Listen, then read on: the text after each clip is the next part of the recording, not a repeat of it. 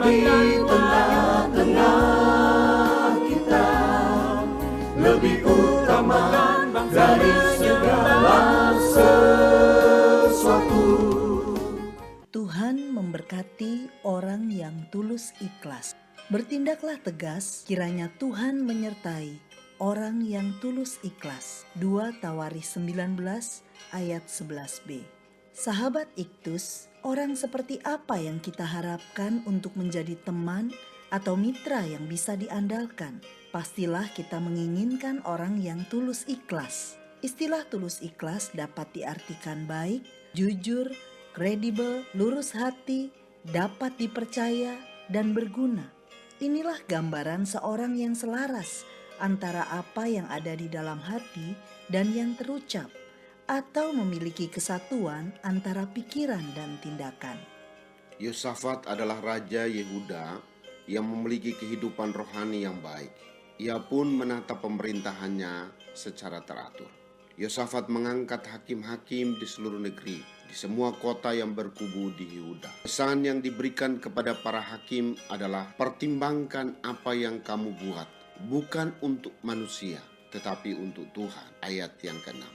Inilah motivasi murni seorang tulus ikhlas. Ia tidak memiliki agenda lain selain dari hidup untuk Tuhan. Sebagai seorang yang tulus ikhlas, ayat 11, apakah ia terbebas dari masalah? 1. Masalah yang dihadapi oleh orang yang tulus ikhlas. Pasal 20 ayat 1 dan 2. Ketika Yosafat memerintahkan seluruh Yehuda untuk mengambil keputusan berbalik kepada Allah, datanglah tantangan baru, yaitu serangan dari bangsa Moab dan Amon yang bekerja sama dengan pasukan Meonin. Pasal 20 ayat 1. Bagi Yosafat inilah masalah yang berat karena harus menghadapi sekutu dalam jumlah yang cukup besar. Ayat yang kedua. Yang kedua, tindakan orang yang tulus ikhlas menghadapi masalah. Pasal 20 ayat 3 sampai 19. Di tengah ketakutan dan kegentarannya, Yosafat mencari Tuhan dan berseru dalam doanya. Yosafat mengungkapkan perasaannya kepada Tuhan. Ia sangat gentar dan takut menghadapi kekuatan sekutu. Bahkan ia merasa tidak sanggup menghadapinya. Kami tidak mempunyai kekuatan untuk menghadapi laskar yang besar ini yang datang menyerang kami. Kami tidak tahu apa yang harus kami lakukan. Tuhan memberi kekuatan melalui Yahasiel bin Zakaria. Ayat 14-17. Pertama, jangan kamu takut dan terkejut. Yang kedua, dalam peperangan ini tidak usah kamu bertempur. Dan ketiga, Tuhan akan menyertai kamu. Yosafat meresponinya dengan sikap berlutut sampai mukanya ke tanah. Ayat yang ke-18. Dan menyanyikan pujian bagi Tuhan. Ia tidak melakukannya sendirian, tapi memimpin rakyatnya untuk bersatu dalam menyembah Tuhan. Yang ketiga, berkat bagi orang yang tulus ikhlas. Pasal 20 ayat 24 sampai 30. Ada beberapa berkat yang diberikan oleh Tuhan kepada Yosafat dan bangsa Yehuda, yaitu kemenangan dalam peperangan melawan Moab, Amon, dan orang Meonin.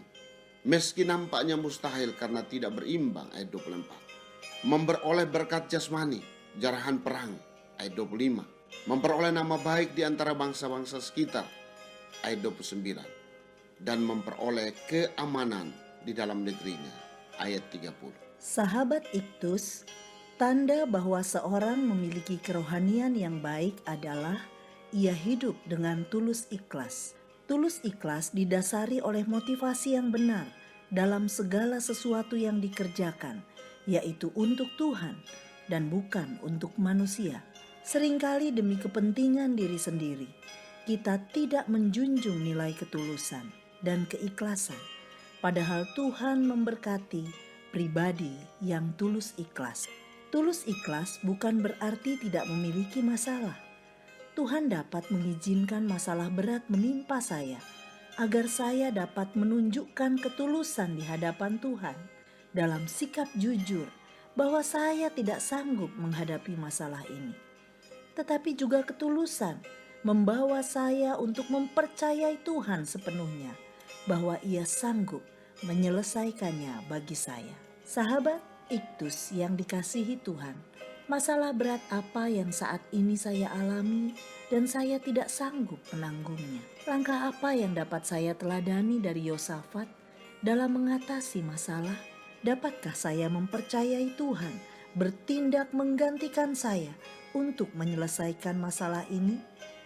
Tuhan Yesus, saya sedia menjadi pribadi yang tulus ikhlas dengan melakukan apa saja, bukan untuk saya ataupun orang lain, tetapi melakukannya untuk Tuhan. Saya terbuka di hadapan-Mu bahwa saya tidak sanggup menyelesaikan masalah saya dengan kekuatan saya sendiri. Saya memerlukan-Mu Tuhan. Bertindaklah mengerjakan kemenangan bagi saya. Bahkan bagi permasalahan di tengah negeri ini, saya berlutut dan menyembah-Mu, menantikan karya-Mu bagi Indonesia. Amin. Tuhan tidak membiarkan orang yang tulus ikhlas berada dalam ketidakpastian. Kristus ada di tengah-tengah kita, lebih utama dari segala sesuatu. Kristuslah yang harus ku beritakan hingga datangmu Kristus.